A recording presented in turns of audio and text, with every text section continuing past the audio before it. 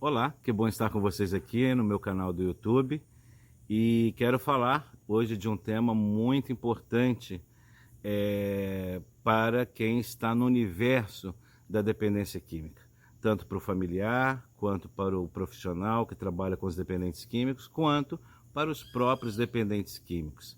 Eu estou aqui no PCJ, aqui na nossa casa de recuperação, falando para vocês das nossas experiências, do que a gente vive, do que a gente aprende aqui. E hoje eu quero falar sobre atitudes que encobrem uma recaída no adicto, né?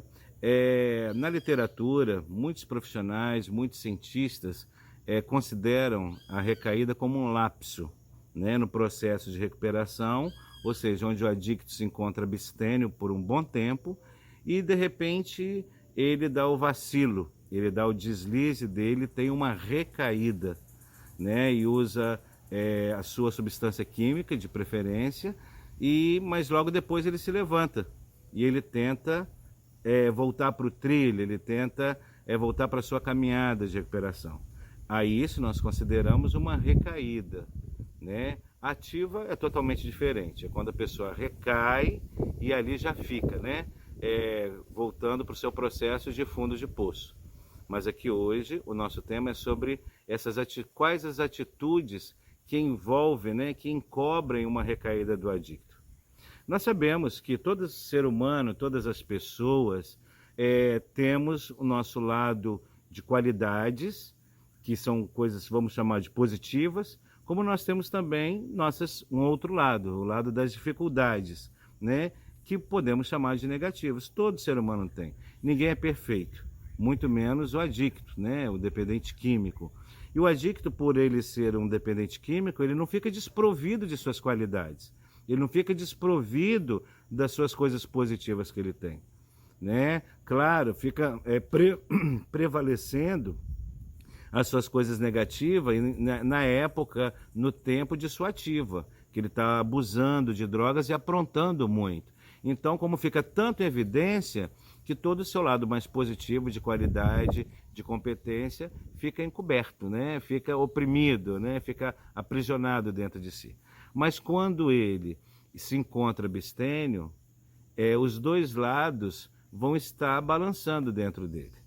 Então, ele precisa, quando está limpo, sem drogas, ele precisa investir em tudo aquilo que é qualidade lado positivo mesmo. Mas existe um porém. Muitos dependentes químicos, quando estão limpos, ou seja, quando estão sem usar drogas, quando estão dentro de um processo de recuperação, eles começam a dar muita prioridade a tudo de bom que eles são e que eles têm e que eles fazem. Que eles são, que eles têm e que eles fazem, né? Eles começam a dar uma prevalência em tudo aquilo que é competente neles, que eles fazem com eficiência, que eles fazem bem feito. Então, que é realmente o lado da qualidade deles. Eles acreditam que tudo aquilo que eles vão aprimorando geralmente tem a ver com os talentos, com os dons próprios, né? Com as aptidões, com tudo aquilo que eles trouxeram durante sua própria história e construíram também dentro de sua própria história. Isso é muito bom, até porque isso estimula a recuperação.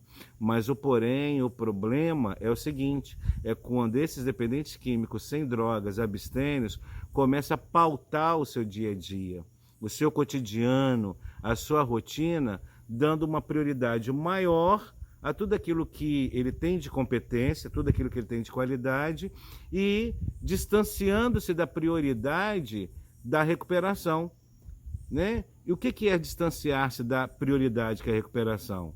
É ele ter a coragem, né, de poder lidar com seus fantasmas interiores, com suas dificuldades interiores, com seus defeitos de caráter que precisam cada vez mais serem destituídos, né, desconstruídos, né, hábitos da época de ativa que ele traz consigo, né, esse combate, essa luta que ele tem que fazer em relação à própria doença, que mesmo ele estando abstêmio, ele precisa estar contra-atacando, né, as consequências, os elementos, as características de uma identidade adictiva dentro dele.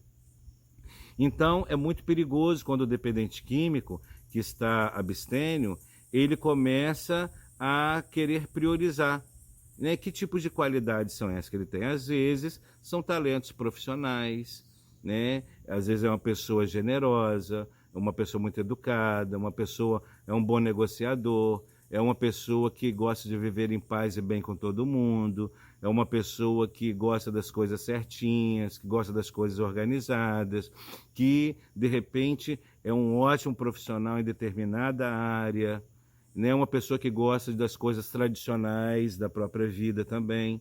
Isso tudo é muito bom, isso não é errado em si, não. O problema é quando coloca todos esses seus talentos, dons, essas suas competências acima da sua recuperação, né? E repetindo, quando coloca acima da sua própria recuperação, ele deixa de trabalhar, né, o lado negativo, que ele ainda tem. Então, o que acontece é que às vezes é como se fosse algo subjacente. Todos os elementos adictivos dele estão dentro dele, encobertos, como uma reserva interna, e ele pauta o seu dia a dia somente demonstrar para as pessoas, expressar para as pessoas, né? Apresentar para as pessoas as suas coisas positivas. Isso é um risco, isso é um grande risco, porque ele está encobrindo. Isso daí, em si, já se torna atitudes que vão encobrindo já uma recaída comportamental, inclusive. Mas como comportamental, se ele nem teve uma atitude tão evidenciada de desregulamento, de desequilíbrio, o comportamental, a recaída comportamental, ela não se expressa, ela não ocorre somente através de atitudes, não.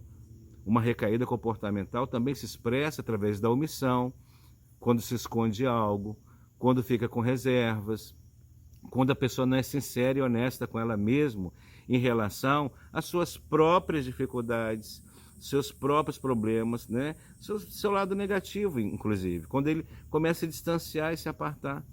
Então, o dependente químico, ele, quando encobre, né, toda essa recaída comportamental, essa recaída adictiva, né, é porque ele está fazendo prevalecer somente o lado bom, belo, bonito, legal, maravilhoso.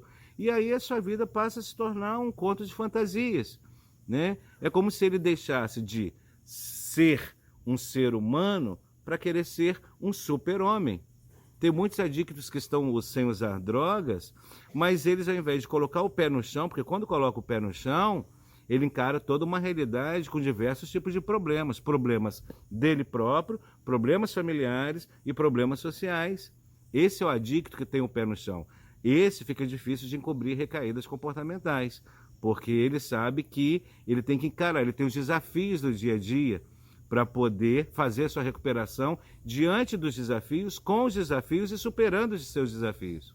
Agora, o adicto, que não quer simplesmente ser um ser humano e começa a querer ser um super-herói, aí a coisa se complica, né? Ele passa a viver mais no mundo imaginário, né? Isso tem a ver com o auto-engano. E ele coloca suas competências, suas capacidades, seus talentos como uma garantia para não recair. Isso é absurdamente ignorância, ou seja, uma ignorância absurda, porque por melhor que o indivíduo seja, isso nas suas atitudes, né, no seu comportamento, naquilo que ele expressa para a sociedade, para a vida, isso não é garantia para ele ficar sem usar droga, para ele ter uma recaída, né? Ao contrário, se ele quer viver uma vida sendo aceito pela sociedade, se enquadrar nos padrões sociais, se ele quer ter uma vida harmoniosa, interligada com seu núcleo familiar e na engrenagem social, ele tem mais é que uma obrigação de poder colocar seus talentos, suas qualidades, seus dons, entendeu? Expressos no meio em que vive dentro do seu contexto, né? Isso daí não é nenhuma vantagem em si. Então, quando, ao contrário, ele começa a encobrir essa recaída comportamental, né, isso fica subjacente dentro dele. Ele está priorizando mais, né, as coisas externas ou forma de se apresentar no mundo, né? Isso é muito comum em adictos que são muito narcísicos, autossuficientes, ou competidores com espíritos de competidores, de querer ser mais, de querer ser melhor do que o outro, né? E o adicto não tem que ser mais nem melhor do que ninguém. Ele tem que aprender a ser ele mesmo, porque durante a sua ativa ele desaprendeu de ser ele mesmo. Então chegou o momento dele reaprender, né? E aprender a ser ele mesmo.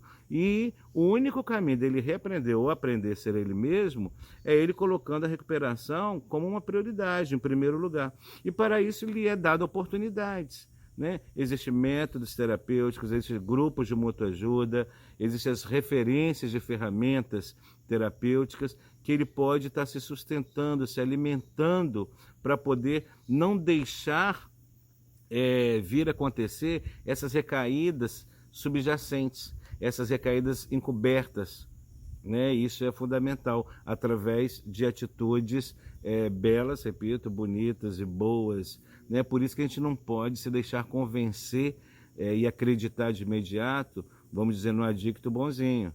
É preciso ele saber que ele está num processo evolutivo enquanto ser humano, né? E esse processo é um contínuo, né? Então é muito simples, é só começar a aparecer problemas que ele precisa resolver. Quando aparecem problemas do dia a dia, da realidade dele que precisa resolver, qual é a forma que ele está lidando com esse problema?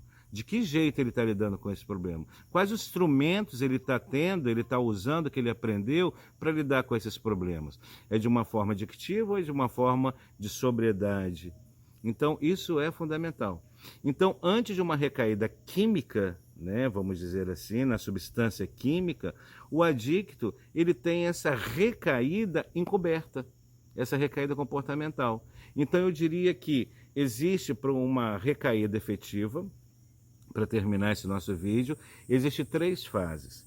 Existe uma recaída encoberta, que é essa onde ele trava, esconde, deixa em reserva os elementos adictivos, né, presos dentro de si, tentando demonstrar ou mostrar uma coisa, uma situação, uma atitude que não vai sustentar ele na sobriedade, na abstinência.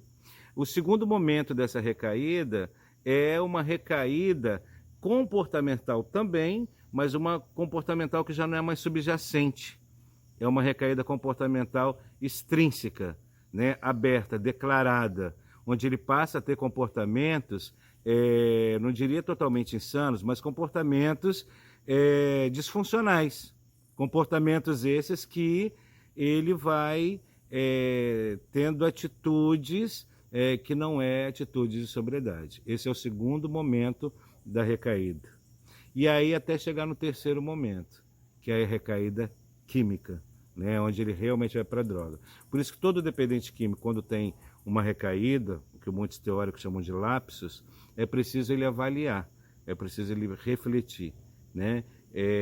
Como que foi a primeira instância, o primeiro momento da sua recaída, que foi as atitudes encobrindo sua recaída.